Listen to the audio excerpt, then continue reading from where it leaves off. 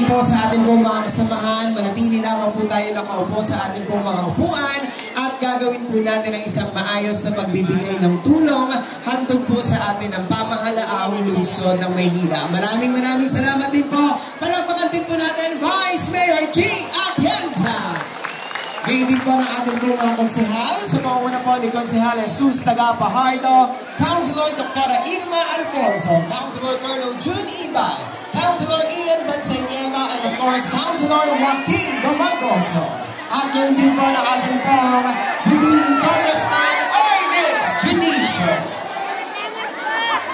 Sa lahat po ng ating pong mga MDSW staff, maraming salamat po, Head Advisor J. De La Puente, sa ating pong mga kapulisan, sa bilang kapulunan ng Barangay 105, at ngayon din po sa ating pong minamahal na principal na Vicente Elementary School, maraming salamat po.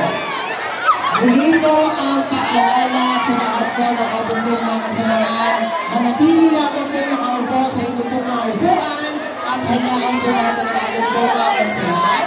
Ang ating pong mga staff ang siyang nagbibigay ng tulong at upang maging maayos po ang lahat.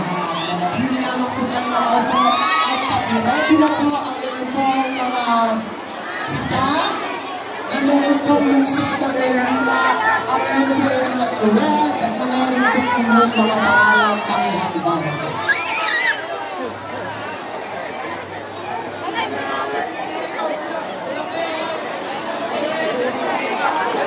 At pagkatapos po ninyong makuha ang tulong at po ng pamahalaang lungsod, manatili na rin po kayong nakaupo kasi po i-distribute naman po ang mga goods na po PSWD at yung ating po mga relief mula po sa LTSWD. Ang inyong po mga nakuha na tulong, pakitabi na po at pakita natin ang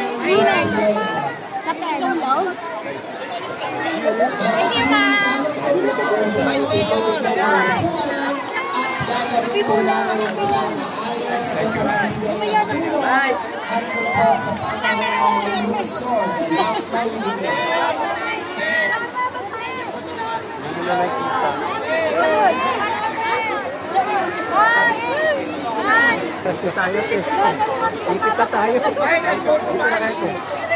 Guys, istang mo.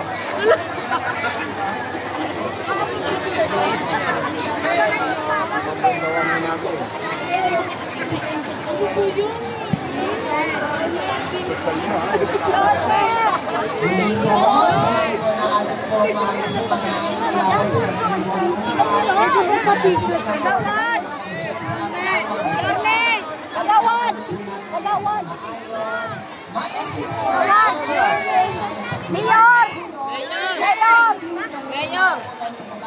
Mayor!